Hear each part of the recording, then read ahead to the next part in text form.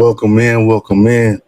Back with another show with your boy T Will, and we got a little bit to talk about, maybe a lot of bit to talk about, but yeah, you back with your boy T Will, real sports talk with T Will. Got a few topics we're gonna talk about today, and as always, if you like the content stuff that I put out here, like the video, share the video, subscribe if you like. But we're gonna go ahead and get down into this. The Panthers versus Buccaneers happened today. Buccaneers beat the Panthers 16-14. Um, when you look at this game, it was bad weather, kind of sloppy, things like that. Uh, you have Baker Mayfield go 16 for 22, one TD, one INT. On the other hand, you have Bryce Young go for 24 for 35, two TDs, one INT. Um, and it says that I didn't even realize this. It said Dowdell ran 7 carries for 10 yards. Wow. Wow, that's I didn't realize. I thought he ran for more than that, but 10 yards, that's crazy. Bucky Irvin, 26 carry for 85 yards. Ted McMillan, 4 receptions for 85 yards, and Cade Otton, 7 receptions for 94 yards. As you watch this game, you realize that both of these teams struggle to move the ball. Um, and even though they're battling for the top of the division, it seems like this is the weakest division in the NFL right now. And for some reason, a lot of years, this division ends up being one of the weakest. It seems like they always get a home playoff game and they're eliminated in the first round after the first game. Um, and I believe Tampa Bay's been the one that's been winning. I don't really think you've seen a very dominant team from this division since I guess when Tom Brady was still playing on the Bucks and they won the Super Bowl. And then after that, you got to go back to like Cam's Panthers and Drew Brees Saints. But I thought Baker has had a good start off to the season. He was MVP candidate, and then Mike Evans went down, and then I know Abuka got banged up a little bit, and then you started to notice that this team was struggling. Baker was struggling with his turnovers. I believe he has like 20 something turnovers or something like that. I don't know, but he got a lot. Even though he throws the ball well, he turned it over. And I thought the game where they was really turning it on when they was playing against Buffalo in Buffalo, and I was like, man, these guys got running back and I never heard before. He was pretty good, and Baker and them they was competing.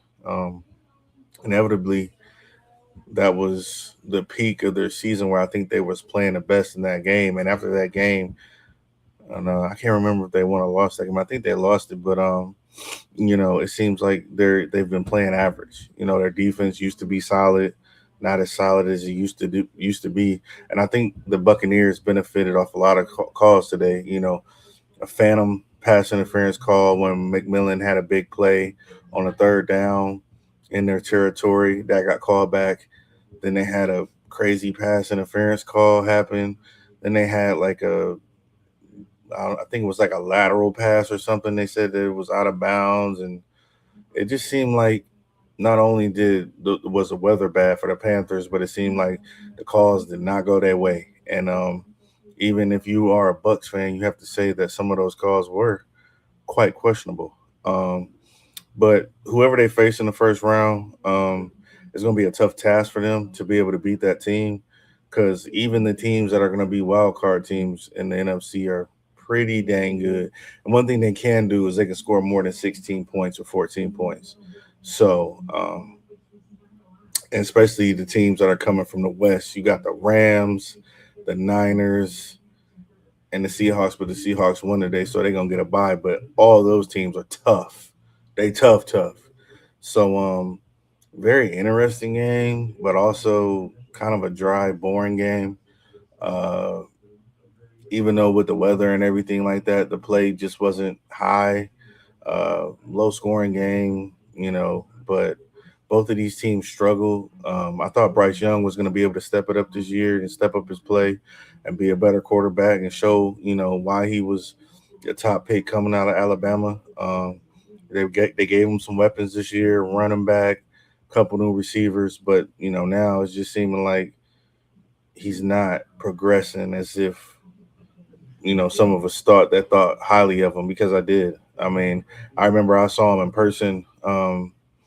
When Alabama came to Texas and played uh, at DKR down in Austin, and I actually got to see him up close and personal. But he's like 5'9", and I thought, from what I seen, the toughness that I saw from Bryce, the resilience, the competitive nature that he had, and he's very intelligent. I thought that he would be better than what he is right now. And it just seems like maybe he doesn't have the confidence that he should have. At least I thought he had when he was at Alabama. But out of all the quarterbacks I expected to fail, I did not expect Bryce to like not be like a top quarterback in the league. I thought he had it, man.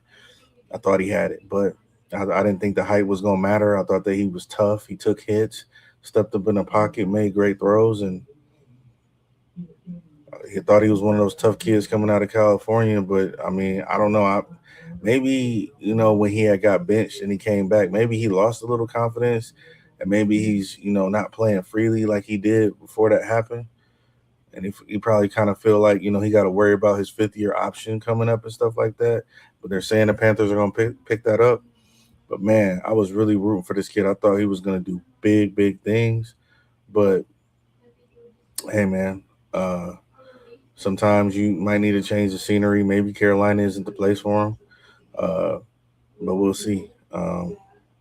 Hopefully he gets it together. But either way it goes, whether it's the Panthers or the Bucks, whoever wins this division, if they win their first round game, I would be very, very surprised. All right, next up, San Francisco 49ers versus the Seattle Seahawks. Now, this was even though it wasn't a high scoring game, it was very, very interesting. You could tell that the level of play in this game was way, way different than the game of the Panthers and the Bucks. You could tell that these defenses were flying around, hitting hard, high level offense. Um, and then that Ohio State boy, Jackson Smith, the Jigma, man, he is good. And I was wondering why some teams had passed on him in the draft, because I can't remember exactly where he went. But man, all the teams that had a chance to draft him now, I bet you they wish they drafted him now, because he's probably a couple of yards short of 1,800, and 1,800 is crazy work for a receiver. And he's not like Calvin Johnson size. He's not like a TO size or nothing like that. But the kid is quick. He knows how to play, and it's just amazing to watch him run his routes, stop on a dime, make the catch, get the ball upfield. He is what you want in a wide receiver. Um, Trying to pull up the stats for this game. Uh, but even today, he had what, 6 receptions, 84 yards, which is kind of low for him because he be averaging like over 100 a game. Um, Darnold was 20 for 26, 198 yards, no picks, no TDs. Purdy was 19 for 27 for 127 yards. Ooh, and one INT. But that INT, I don't know if I can necessarily call it on Purdy, because number one, he was getting hit. He still got the ball to McCaffrey. McCaffrey seemed to get the ball in his hands, and then he took his eyes off the ball and tried to go upfield, and the linebacker was right there on him, and he ended up making a pick. But really, really good there. Really good. Let's see. We got Jaron Reed. He had 1 sack for the Seahawks. Bethune had 1 sack for the Niners. But when you look at the game, the Seahawks had 361 total yards of offense. Man. And the Niners only had 173. So that lets you know how high quality of a defense San Francisco has. And I remember when McDonald was at Michigan coaching for us, our defense was top notch. Same thing when he left and Minner came and he ran our defense. It was top notch. Um, and you notice both of those guys. He went to Baltimore for 1 year as a D coordinator. Their defense was top notch. Then he goes to Seattle to be a head coach.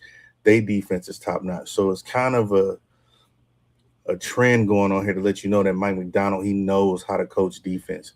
Same thing with Jesse Minter. He left Michigan. Now he's coaching with Jim Harbaugh and the Chargers in LA, and they got a top defense. So I mean, these guys know defense. And you need good offense, but you also need a good defense. And when you seen San Francisco play against Chicago last week, they offense looked completely different this week. It's like last week, and they were scoring at will. Purdy was dancing, doing his little shake. He was running. He was throwing for touchdowns. I think he had two running touchdowns in that game. So it's just like, man, like he getting off. I believe he had 5 total TDs in this game. And this game he comes in against Seattle and he looks subpar. So, they had the one turnover. Here's the key. Seattle Seahawks had 23 first downs. 23 to San Francisco's 9. Once again, Seattle had 23 first downs and the Niners had 9 first downs. That is a big, big deal, man. Big, big deal. Um, Look at the penalties: 5 for 25 for Seattle, 3 for 31 for San Francisco. Here's another big thing: you got to pay attention. The numbers pretty much tell you how the game went. You got 23 first downs. Seattle was 6 for 13 on third down. San Francisco was 2 for 9 on third down, and they were 0 for 2 on fourth down. And in the red zone, both of these teams, and then this is something that Seattle's going to have to clean up because it might bite them in the playoffs. They was 0 for 3 in the red zone, and the Niners was 0 for 1 in the red zone. And then time of possession, Seattle pretty much almost had the ball for 40 minutes compared to San Francisco's 22. That's the game. You control the clock, you move the ball, you move the chains. 23 first downs, you moving the chains. 361 yards of total offense, you moving it. So I was pretty impressed, with the Seattle Seahawks, how they move the ball this game. I thought San Francisco was gonna come out firing, especially last week after you seen how they played against the Bears.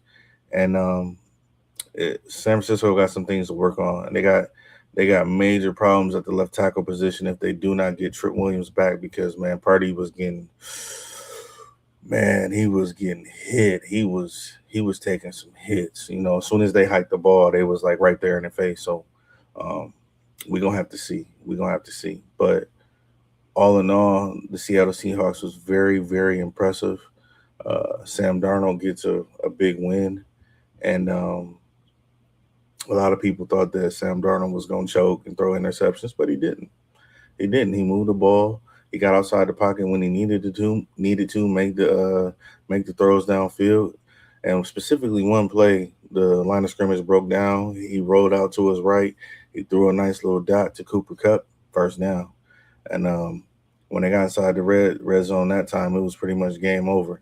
And Seattle's kicker, he better fix himself because he missed a couple field goals, and the coach was looking like, man, I should have just went for it if I knew you was gonna hit the goalpost like this or miss a field goal. Because in the playoffs, when you miss field goals, everybody feels it, even the fans in the stands. Everything is up a notch.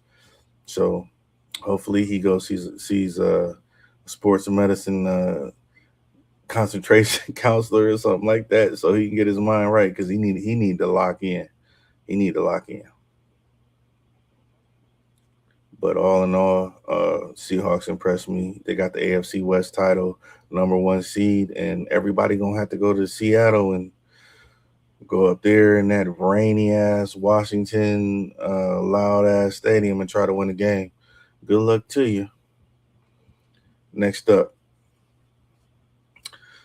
there was rumors. And they was talking about The Browns head coach is likely going to be coaching his last game. If you follow me, you follow my channel. I said the guy should have been fired a long time ago, especially the way that he handled the quarterback position in the preseason and mini camp, OTAs, everything like that. He seemed like he was gonna go down the way he wanted to go down. He had his favorite quarterback that he wanted to play, and he realized that that quarterback wasn't that good. Um, Everybody around him knew that that quarterback wasn't that good. Even the people that went to the practice in the summertime and they watched him play, they told you that he wasn't that good. Now, I stand on what I stand on, believing that I think that Shador was the best option on that team from the beginning, not in the middle of the season, but from the beginning. Tomorrow they have a game against the Bengals.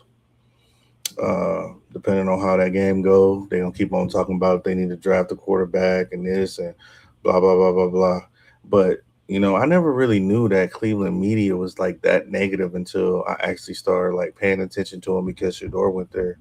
Those people are very, very, very negative. They have nothing good to say. They complain and they act like they used to be the Patriots and they was never the Patriots, like ever. Um, or even the Cowboys or even the Steelers. Like those fans would actually have something to complain about. But when you look at the Cleveland Browns history, number one, you lost your team. The Baltimore inherited the actual Browns. This is an expansion team. And then since they came back, they have done absolutely nothing. And when you look at that, you go and wonder, like, what makes these media people in Cleveland think that they know anything about football? Because if you've been watching the football that y'all been playing, it's losing. It's losing football. So it'll be interesting to see people who are Shador fans. We rooting for him and everything like that. But if he has to get up out of there, fine. We're done arguing about it. We're done talking about it. Y'all gonna make whatever decision y'all gonna make. Make no mistake. When you make this decision, you're gonna have to eat it. Because if you get rid of Shador and he ends up going somewhere where he actually has somebody that can coach him up the way he needs to be coached up and call the plays and get some receivers around him and actually support the kid, then you're gonna have a pretty good football player because I believe he is.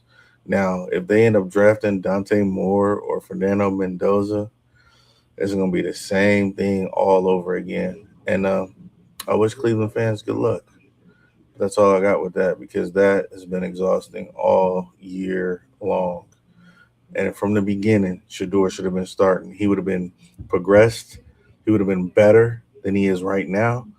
And you would have a for sure seasoned second year player coming in with, being able to be more advanced and being used to seeing everything that he's seeing because he's only seeing it for the first time now. But if you would have got him in there earlier, y'all record probably couldn't even have been better. But hey, you live and you learn, I guess.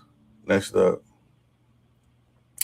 the final foe of the CFP. Now, this is interesting because listen, I know you see the Michigan, you know what I'm saying? I know we got our behind whoop, but still go blue. You know what I'm saying? It don't matter with me. Still go blue. But we got our butt whooped by Texas. I take it. Take that one on the chin. It is what it is. But if you're a fan of your team, you're a fan of your team. This game right here is very interesting. You got the former Georgia quarterback Carson Beck leading the Miami Hurricanes to the Fiesta Bowl against Mr. Trinidad Chambliss from Grand Rapids, Michigan. Once again, he played at First State in Michigan, another Michigan kid, uh, former two-time state or college champ with Fair State, national champion two-time. Um, and now he's playing for Ole Miss, and he got them one game away from the championship. Now, I'm rooting for both of these guys because Carson Beck, I think he got a raw deal in Georgia.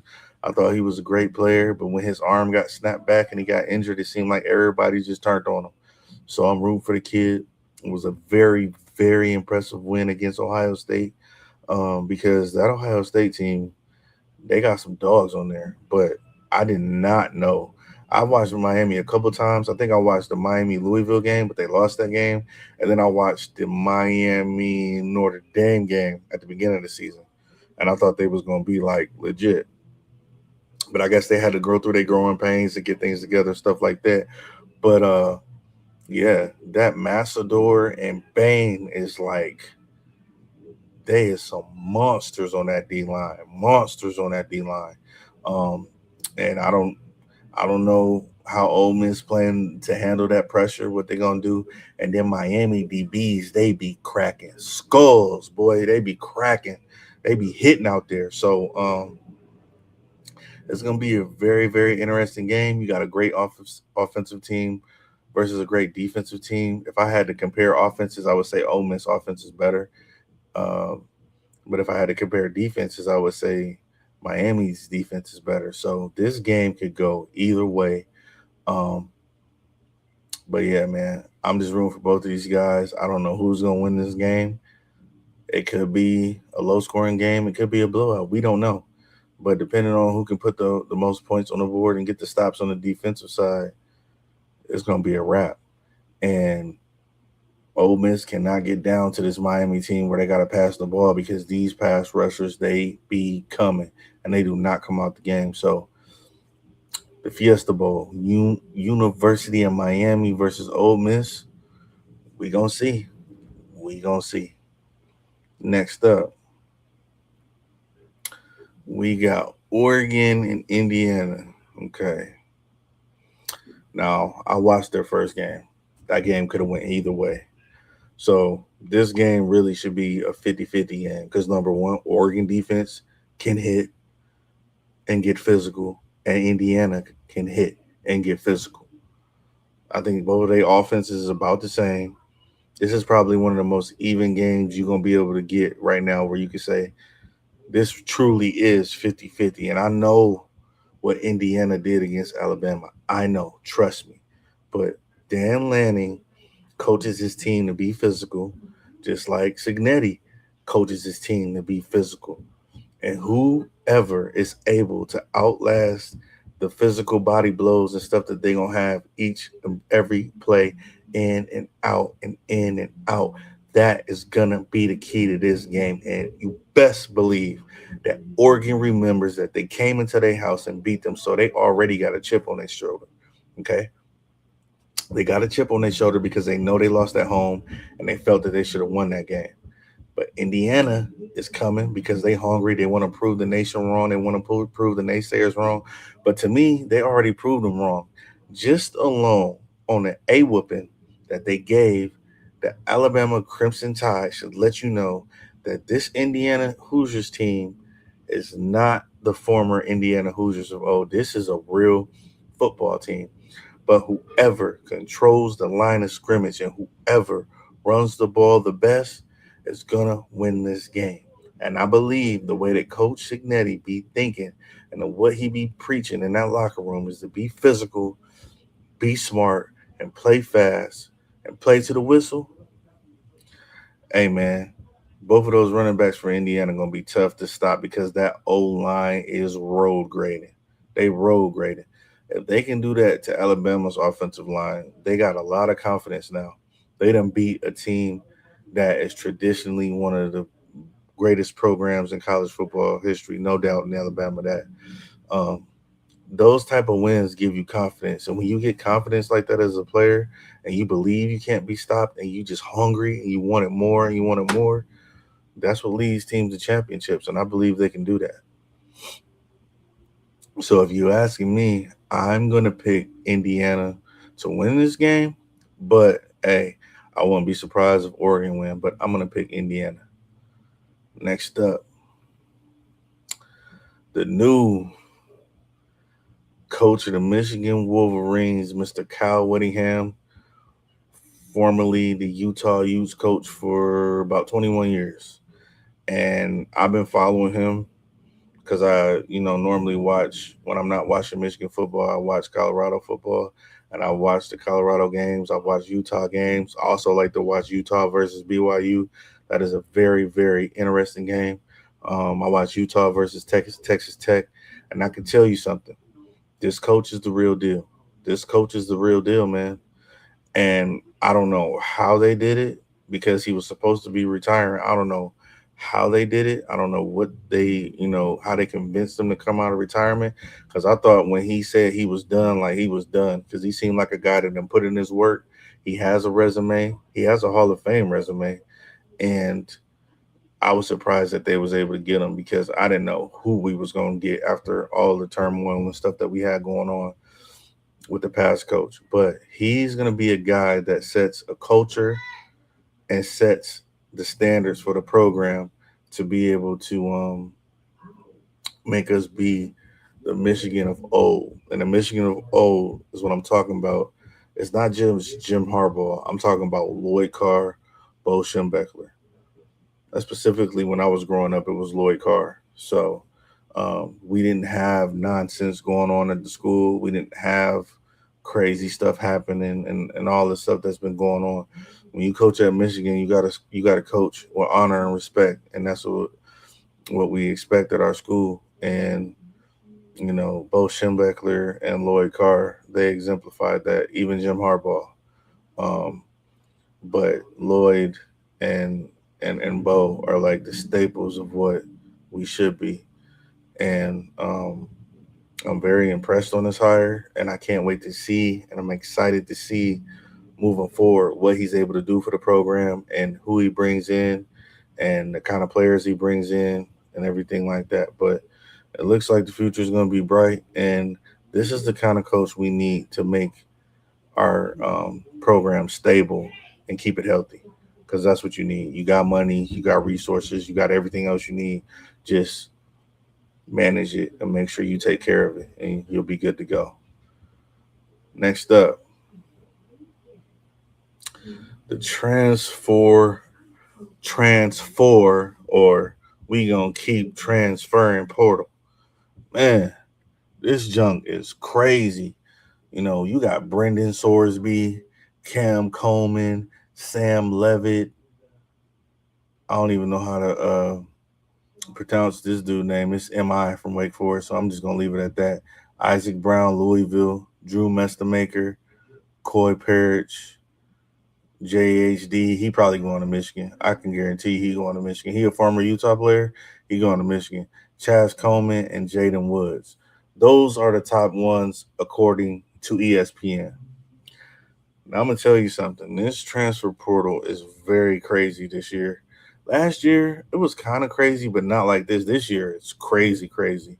Um, it's crazy because Sam Levitt he played at Michigan State. He wasn't even that good, but all of a sudden he get to Arizona State and he's a baller. That's what lets you know coaching and who you got coaching you. It really, really matters because he went to Arizona and he was lighting it up. And then we got Drew Mestamaker. I believe this kid was a true freshman balling out at North Texas. He was balling, balling. Yeah, he was balling, balling, balling. But yeah, I don't know what you guys think, but this transfer portal is really popping this year. Uh, right now it says, and those rankings are according to ESPN, but I don't know if I always trust ESPN, especially with stuff like this. Um, but I'm gonna show you what I look at for my info, and these guys could be wrong too. So don't hold my feet to the fire on this one. Uh, let me show you guys what I'm looking at. Okay.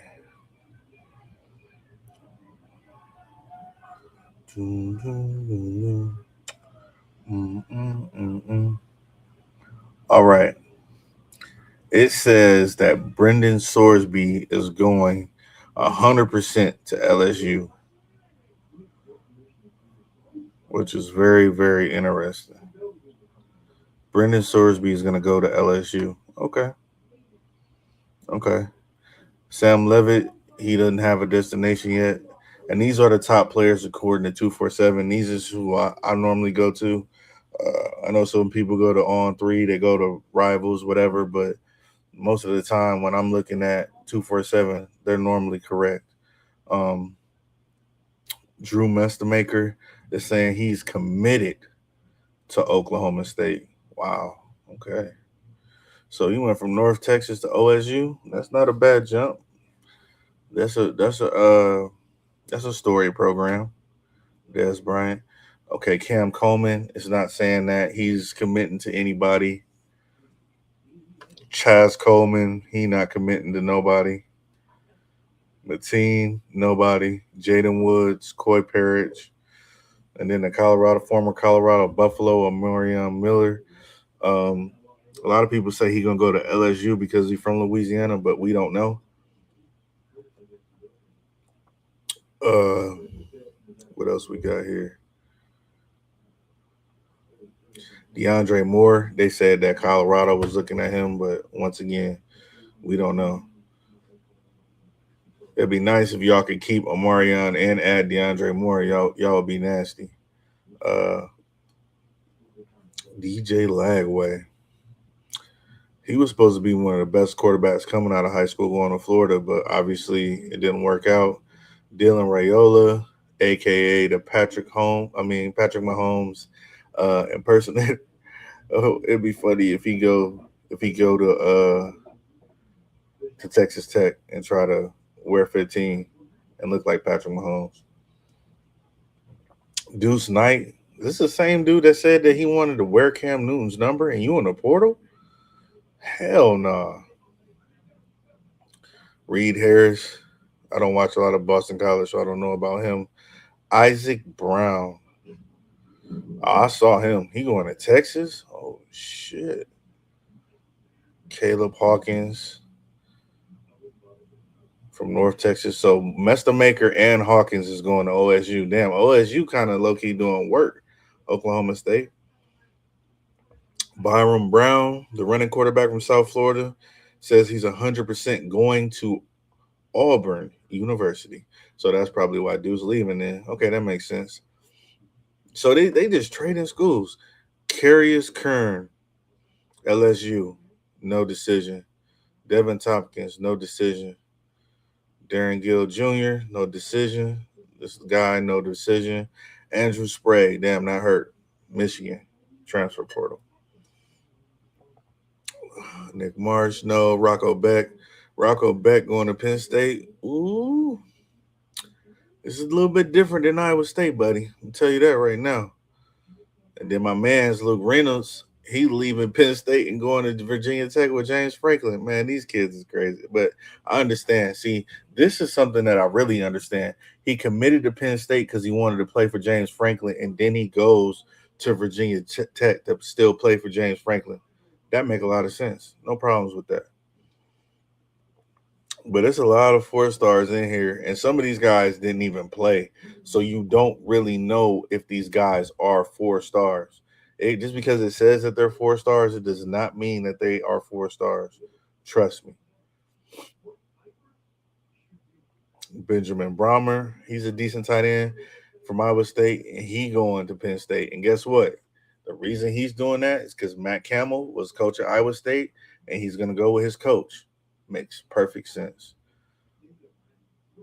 Josh Hoover. Oh my God, Kirk Signetti is killing it. What? Okay, so listen, guys. He's getting Josh Hoover to come in and be quarterback next year. That's crazy. He does not miss. Josh Hoover is a very underrated quarterback. He's good. Wow. See, Kirk Sig, he just lighting it up, baby. He is not playing. Austin Simmons was the guy that was supposed to start for Ole Miss, and Trinidad took his place. He's going from Ole Miss to Missouri. Y'all just crossing state lines. Okay. And I believe this John Henry Daly right here, he going to end up going to Michigan. We're going to check back in a couple of days, and I'm going to let y'all know. Ethan Grunkmeyer, he was recruited by James Franklin of Penn State. That's probably why he's leaving. Man, And then this Eugene Wilson, he's a really good wide receiver. Quintravion Wisner, very good running back out of Texas. I haven't seen this guy. I haven't watched a lot of Cal because they come on late at night. Chase Hendricks, Wyatt Young, Nora Carter, Jay Crawford, Smith Snowden. Oh, he's a decent cornerback. I remember they used to talk about this kid, Boo Carter, when he was a 5-star coming out. And he leaving Tennessee. And see, man, this is what I don't understand. How is Lane Kiffin going to Ole Miss? Kurt Signetti is going to Indiana. You got all this money at Tennessee, and y'all ain't won a damn national championship since Peerless Price and T. Martin. That don't make no damn sense. You got one of the biggest stadiums in the country.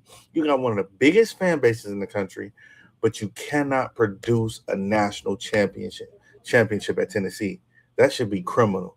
Tennessee should be winning. They should be. This is very confusing to me. Tennessee should be winning. I remember seeing T. Martin. I remember seeing Peerless Price and all of them, Peyton Manning and all of them. Tennessee hasn't been nothing for a minute, man. This is crazy. This looks like they just living off of their old years of their popularity, but they have money, they have resources, they got facilities, they got the stadium, they got nice colors, they got Nike clothes. I don't know what be going on with Tennessee, man. That is one of the most confusing SEC jobs that I don't understand why they don't compete for a national championship like all the time. Chase Soul, another Iowa State kid, he probably gonna go to Penn State. And see, Florida State, they is jacking up. You got somebody coming from the fucking University of Louisiana Lafayette to Florida State. And I believe Florida State, they losing like 40-something players. I'm gonna have to go and check on that, but we gonna see. And see, Rayola's leaving Nebraska, but this guy's going from Notre Dame to Nebraska. So this looks like this is Rayola's replacement here. This Mr. Kenny Minchie. I don't know much about him, but looks like he's going to Nebraska to replace Dylan Rayola. So even if he wanted to come back, his spot is gone. Gone. Your spot gone. It's crazy though. Parkin Livingstone, you was at Texas. Man, Texas is a place that you just shouldn't leave, brother. Arch had you on TV. Where you gonna go after you leave Texas? That's crazy. And then Florida State, they losing a lot of players. So is Auburn. Let's see if we can find any more commits, and I'm gonna get y'all out of here because I'm just very, very. And then we losing players too. Look, he's new. I didn't even see him on there. Okay. All right, Kyle. We got some work to do. Eno Etta. That's crazy because this guy even transfers on College Football 26. It's crazy like how some of the players that's actually in the portal they transfer in real life. That's kind of funny. Let's see here. No other commits. Oh, LaFowl from Texas is going from Texas to BYU. LaFowl, that's that Islander connection. Walker Lyons going from SC to BYU. Damn, BYU kind of eating a little bit already. Alabama receiver Jalen Mbakwe is going from Alabama to Ole Miss. Another Iowa State player going for Iowa State to Penn State. Okay. All right. Georgia Tech player to Florida. That's crazy. OSU to TCU. Ohio. Dang, he going from King Holtz. Oh, he going to be the starter. He going from Ohio State to Louisville. He definitely going to have a chance to be a starter.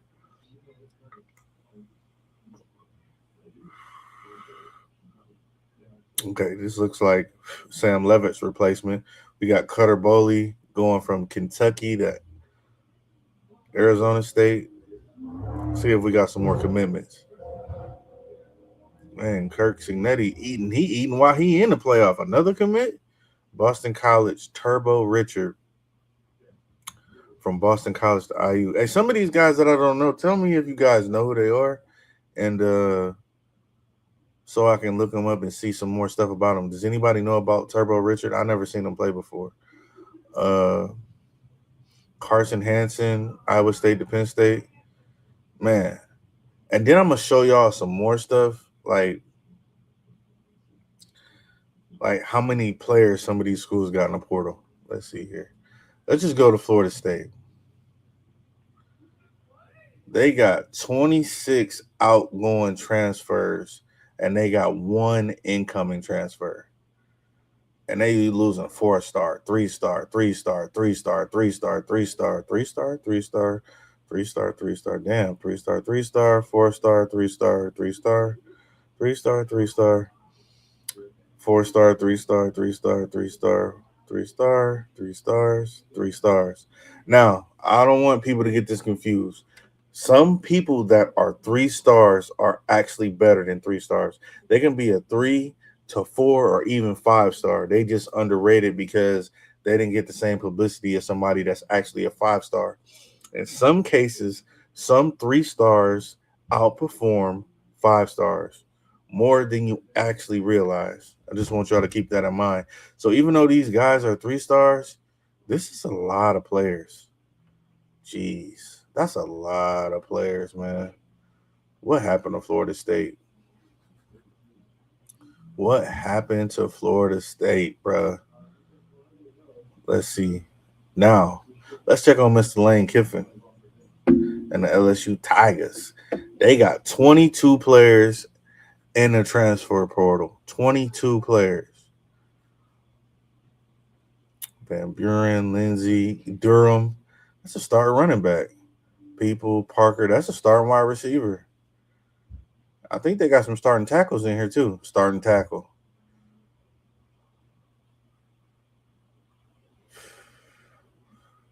I thought they had, okay, they got Kern. I thought they had another OT in there. Another offensive tackle.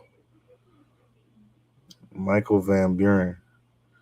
Wasn't he just starting? Okay, Caden Durham is a tackle. These are top recruits leaving. Damn. Maybe they want to negotiate that bread. Uh, let's check out Auburn. Let's see how many players Auburn is losing. Damn, 33? Shit. Shit. They losing 33 players and they only got one incoming transfer. Now you can look at the high school class and everything like that, but these are grown men leaving. I mean, they've been hitting the weights for a couple of years. Their bodies is already transformed and ready for the college game. Everybody coming from high school ain't gonna be ready to go, and that's why a lot of people get confused. Is that just because you coming straight out of high school, and you a 5-star that you're gonna be able to ball right away? Nope, that is not the case, player. That is not the case. Durrell Robinson, James Ash, Jackson Arnold is in the portal. Damn, that's a starting quarterback. So they got the starting quarterback, the other guy that used to be a top recruit. He in the portal. Oh, they got Byron Brown supposed to be coming. He was 100% prediction, but he wasn't actually a hard commit. So we'll see. But losing Cam Coleman, that is terrible. Oh man, they losing 3 quarterbacks. Ashton Daniels too. Amaris Williams, and then I believe they losing Falk because he going to the NFL. Damn, they losing Malcolm Simmons too. Oh damn. Damn, Auburn. Ooh. This is bad. Y'all losing some good ass players. Oh no, man. That's crazy work. Let's see. We're gonna check out a couple more schools and then I'm gonna get y'all out of here because I got some CFP 26 to play. And then I'm gonna get my little mini nap in and get ready for the football games tomorrow. Get this grill popping off, maybe. Penn State. Let's see how many Penn State got in the portal. Okay, they got 2 incoming transfers, but damn, they losing 31 players. Ooh, that's a lot of players for a Big Ten school, and this is a big program. And look, Virginia Tech, Virginia Tech,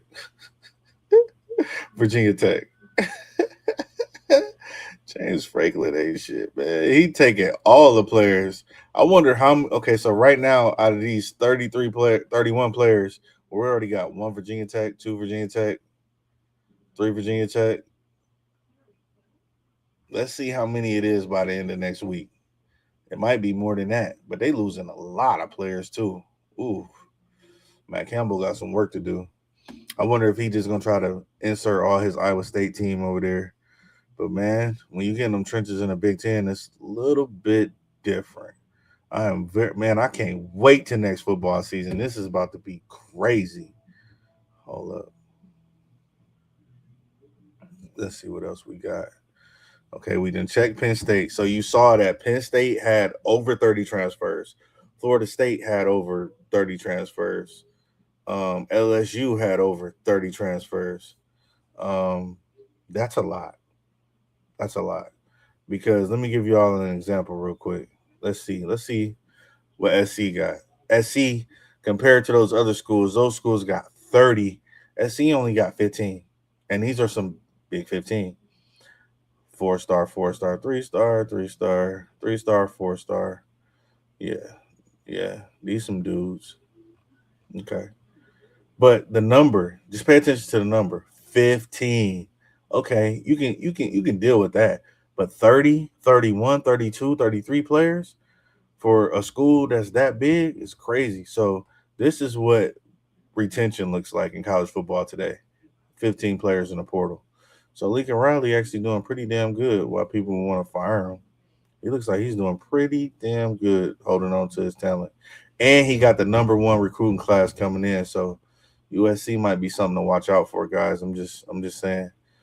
Now Tennessee, they're not quite at 15 or at 30, they're at 21. So that's kind of in the middle. That's like warning sign, not danger, I would say. But they're losing some good players too. But like I said, man, I don't understand how Tennessee is not like always competing for a title or at least the SEC championship game, man, because this is for this school to be this story, this tradition, and resources, they should be winning. Okay, they got 21. That's not too bad. All right, now let's check out my school, the Wolverines. Like I said, 15, 16. That's a manageable number. 16, we got zero incoming transfers, but this is probably going to change in the beginning of the week. And I wouldn't be surprised once coach sit down and talk to some of these guys. They might come back, they might not. I don't know. But 16 is better than 30. That's what I'm getting to. USC has 16. Michigan has 16. I'm curious to see what Georgia has. And a lot of these dudes are starters too. So be interesting. But I ain't worried about that because we normally get people in no matter what that's ready to rock and roll. Let's check out our rival, also known as my mother's school. It's where she graduated from, Michigan State. They got 35 in the portal. Damn. That's a lot of players to replace. That's both sides of the ball. That's more than two teams that you put out there on the field for spring practice. Are you going to be able to spring practice without not that many players? It's a lot of players.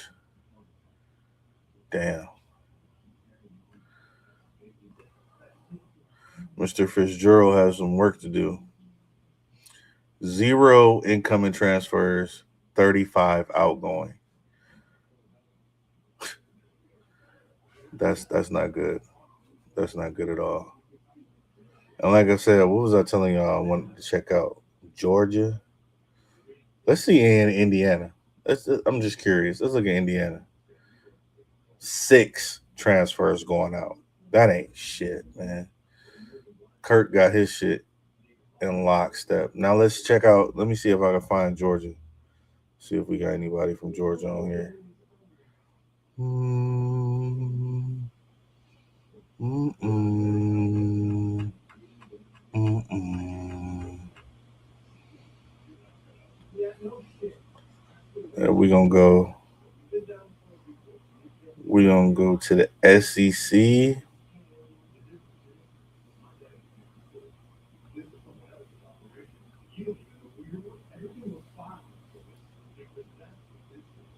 Yeah, what the fuck? All right, this bullshit. Sometimes this fucking website be acting stupid. Got a whole lot of bugs. Shit be crashing and reloading and shit. Look at this. Nobody want to fucking do that. All these damn ads.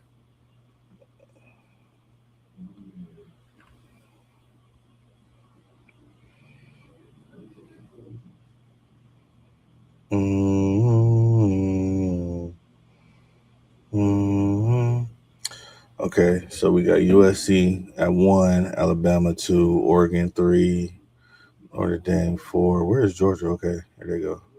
6.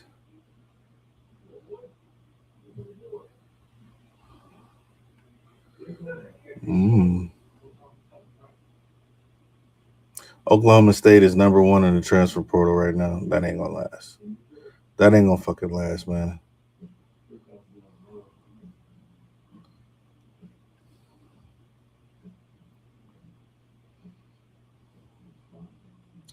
That is Kentucky's number 1 right now. Man, whatever.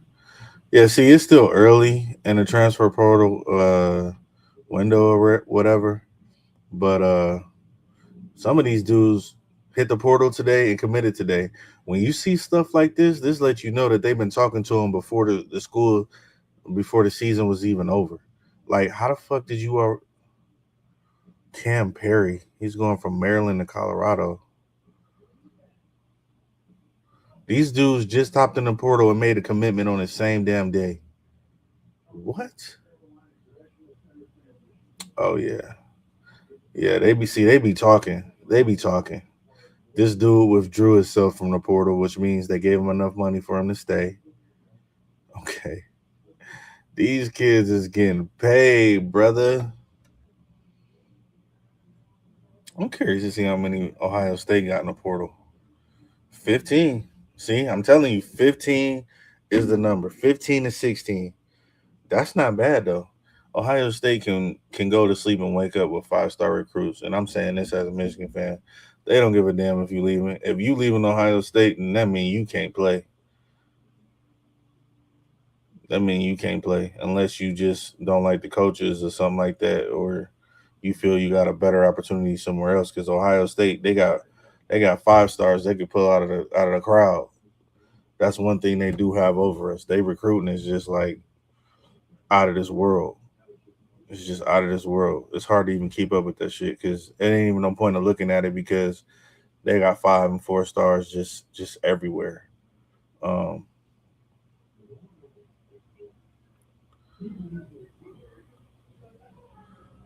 we do more of a team building thing.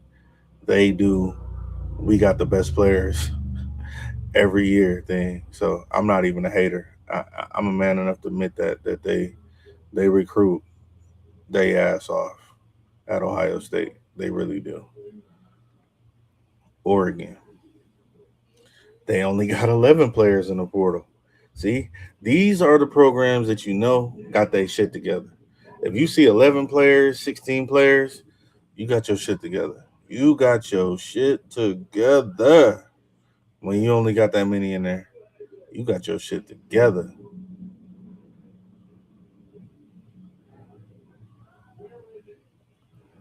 Um,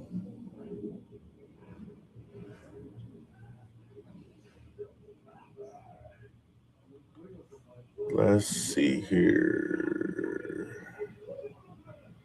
I'm trying to see if I can see how many people Georgia got in the transfer portal. If it'll even fucking show that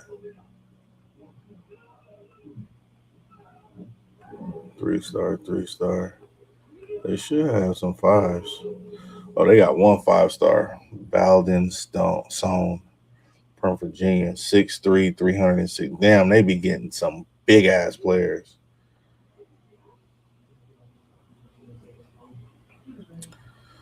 Mm-mm-mm.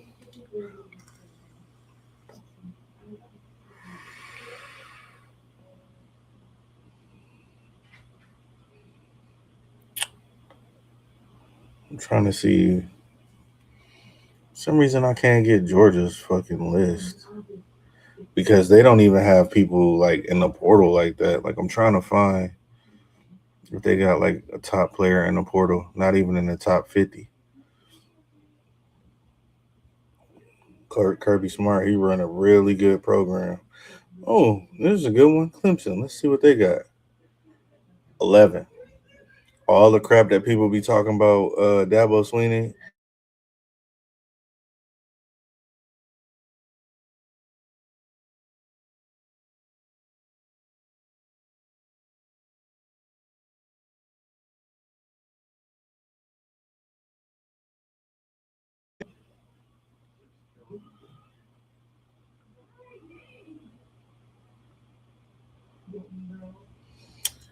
I'm trying to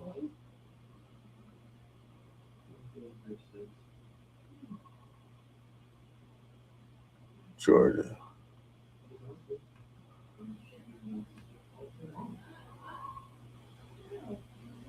Chris Jones, Daniel Harris, Jordan Thomas. He got 4 players in the portal. Now that's how you know Kirby got his shit on lock. 4 players? That ain't nothing. That's absolutely nothing. All right. All right, guys. That was just us just burning some time. Just showing y'all some of the stuff I'll be looking at when I'm looking at the transfer portal and stuff like that. Looking at teams, looking at how they improve their positions, who they going after, who committed, who's going where. Um, but in the meantime, like, share, subscribe, and let me know what you guys think about the content. You have a great rest of your night if you're sleeping or staying up late. Want to check something out, but y'all have a wonderful and blessed night, and I'll catch you on the next one. Peace.